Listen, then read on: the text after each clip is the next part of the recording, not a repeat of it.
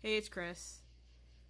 I was realizing as I was going through my videos that I actually left out a pretty large chunk of my ectopic pregnancy. I had left out the fact that as I'm ignoring the pain in my side and that I can no longer sit, I had to constantly use the bathroom. Constantly. And I'm at work and I don't work in an office. So going to the bathroom is a big inconvenience. But not only do I have to go to the bathroom, it is painful to even attempt to sit to use the bathroom. And it might be too much TMI, but as I'm using the bathroom, I'm just peeing straight blood. There is nothing else there. And I remember my grandmother used to tell me, if your stomach is tender, it's a sign of internal bleeding. And I was ignoring a lot of my symptoms because I didn't want to come to reality that I was possibly having a miscarriage with my first pregnancy ever in my life. And I didn't want to come to terms with the fact that what it meant. And I didn't want to accept those feelings of it meaning that all this joy that I've had is about to come to an end when it comes to having my first child.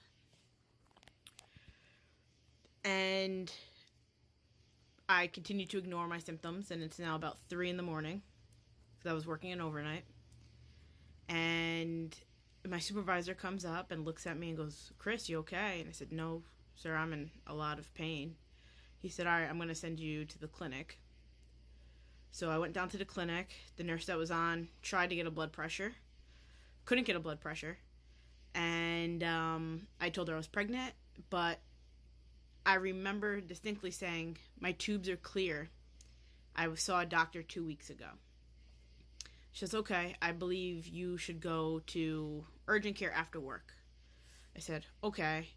I get back to my post and I can barely think. The pain is coming in waves and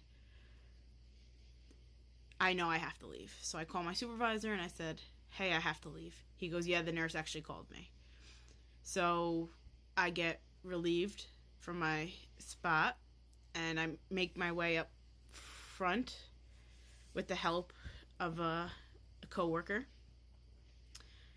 And my supervisor wound up getting in touch with my husband, and my husband was able to come grab me from work. And I remember I couldn't sit in the front seat. I had to lay down in the back seat of my husband's truck just because I was in so much pain. And I'm so thankful for my coworkers because they really, really helped me in a time that I needed it. And my husband grabs me, we get into the truck, and we start heading to the nearest hospital. And he says he hits the highway, and all I was saying was, "Ow, ow, ow." And all of a sudden I stopped. I stopped talking, and my husband said, and I don't remember this part, but my husband had stated that he was yelling my name, and I wasn't answering. And he said that his foot went to the floor, and he didn't care if he got pulled over because he knew he had to get me to a hospital. And we get to the hospital, and he's able to get me awake. And we get into the emergency room. I go into reception, triage, and the lady goes, "Oh, you were at this other hospital 2 weeks ago." I said, "Yes." She said, "Oh, do you have a history of ectopic pregnancies?" I said, "No, ma'am, this is my first pregnancy ever." She goes, "Oh, okay." Got my blood work, all that. I think we were in the waiting room for 2 minutes, if that. And I was brought right back to a room. And I remember being in this room, and the waves of pain just kept coming. And I had this thought of, I just want it to be over. Whatever it is, I just need it to be over because I can't handle this pain.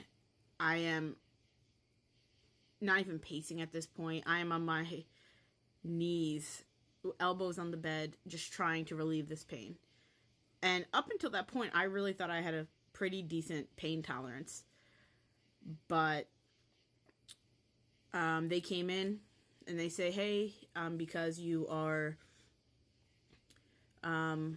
pregnant, we're going to order an ultrasound and we'll go from there. They came in to do the ultrasound, and where the screen was placed, I can see that it wasn't in the right spot. But I'm approaching 6 minutes and 20 seconds, so follow for part 2.